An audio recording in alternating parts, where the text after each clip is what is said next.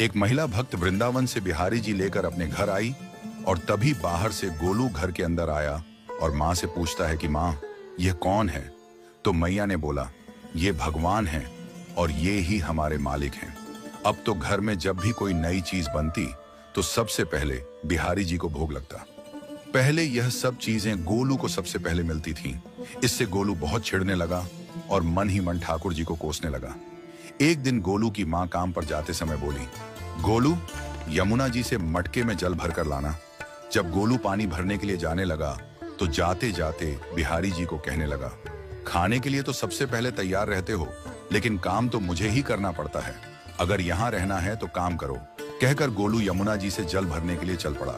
गोलू जब यमुना जी में जल भरने लगा तो उसने देखा कि यमुना जी के अंदर बिहारी जी विराजमान हैं और कह रहे हैं, ला गोलू, घड़ा हम भर देते हैं। गोलू उनको देखकर हैरान हो गया और बोला, नहीं नहीं, मैं अपने आप भर लूंगा। लेकिन ठाकुर जी ने उसके हाथ से घड़ा ले लिया और भरकर घर ले आए। गोलू घर आकर डर रहा था कि अगर माँ को पता लगा कि मैंने ठाकुर जी से काम करवाया है तो आज मेरी पक्की पिटाई होगी।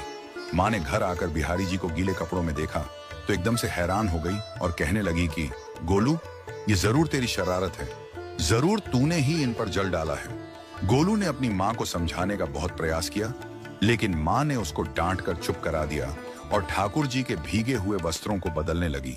अगले दिन जब माँ ने गोलू को अनाज पिसवाने का काम दिया तो बिहारी जी फिर अनाज का कनस्तर ले आए और माँ को ठाकुर जी के वस्त्रों के ऊपर सूखा आटा पड़ा मिला। तो माँ ने फिर गोलू को डांटा कि तुझे पता नहीं कि ये हमारे भगवान हैं और तू भगवान के साथ शरारत करता है। आज तूने फिर इनके ऊपर आटा फेंका है। तो गोलू शपथ लेकर कहने लगा, नहीं माँ, मैंने कोई शरारत नहीं करी है। ये तो मेरे हाथ से गेहूं का कनस्तर लेकर खुद पिसवा कर आए हैं। गोलू की माँ आज बहुत गुस्सा हुई। अगले दिन फिर माँ बोली, बेटा गोलू, आज तुम्हारे बाबा बाहर गांव से वापस लौट आएंगे। बस आज का ही काम है, तुम जंगल से थोड़ी लकड़ियां ले आना। गोलू फिर डर गया, कहीं ठाकुर जी फिर मेरे पीछे ना आ जाएं। गोलू ने माँ को बोला कि मैं चला तो जाऊंगा, लेकिन बिहारी जी को समझा लो, वह मेरे पीछे ना आई। उसकी माँ हंसकर बोली, हाँ हाँ समझा दूंगी, तुम जाओ तो सही। गोलू जल्दी जल्दी लकड़ियां लेने जंगल में चला गया और माँ काम पर चली गई। लेकिन उस दिन माँ काम से जल्दी वापस आ गई और देखा बिहारी जी अपनी चौकी पर विराजमान नहीं है। वह तो एकदम से घबरा गई कि कहीं गोलू की शरारत तो नहीं।